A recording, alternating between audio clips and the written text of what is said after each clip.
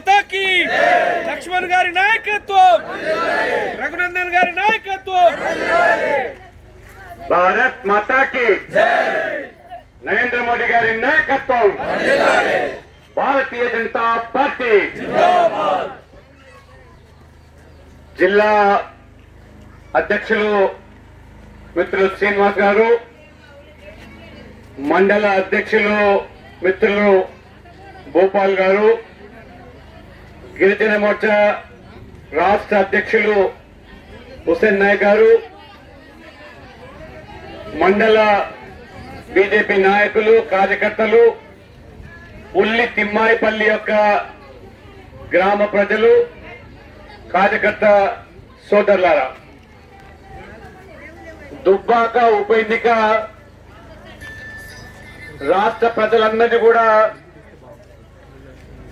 ఆసక్తి కల్పిస్తా ఉన్నది. నేను 10 రోజులు బీహార్ లో జరుగుతున్న ఎన్నికల ప్రచారంలో పాల్గొని నిన్న రాత్రి హైదరాబాద్ కు రావడం జరిగింది.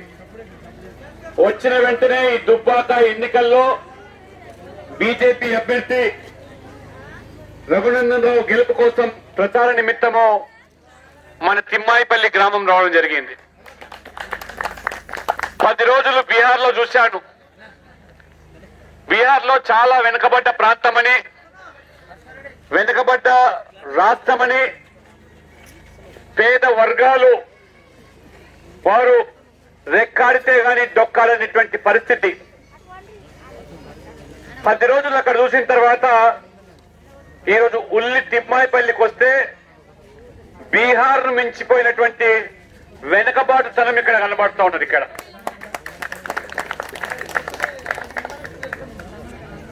నంది శివాలయం నంది దగ్గర దర్శనం చేసుకుంటే మొదట నాకు కనబడుతున్న కూడా పెంకుటిల్లే.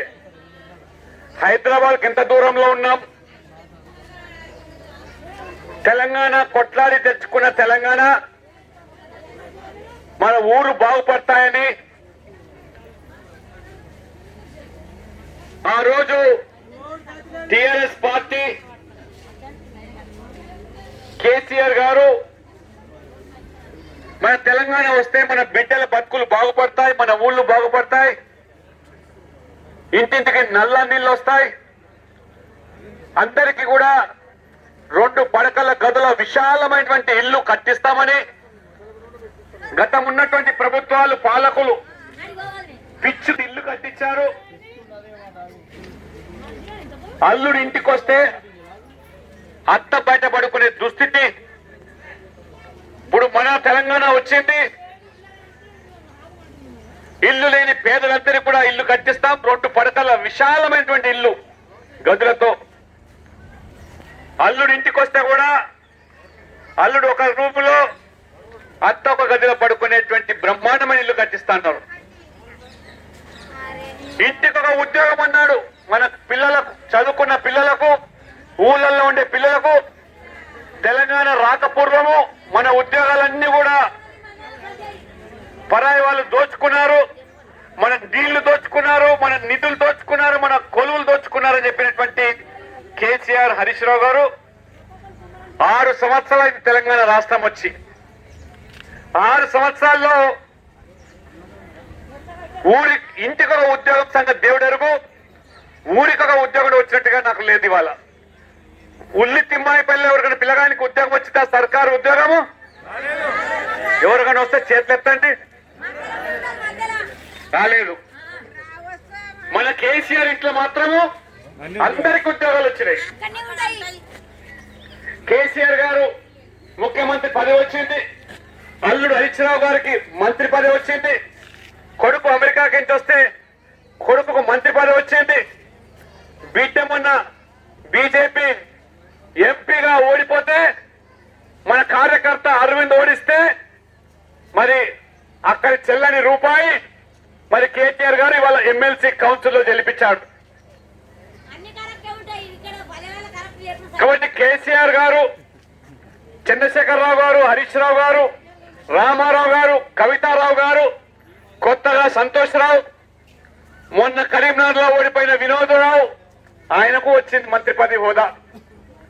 అంటే ఒక కుటుంబంలో మాత్రం అన్ని ఉద్యోగాలు, రాజకీయ ఉద్యోగాలు ఆ కుటుంబానికి వస్తున్నాయి.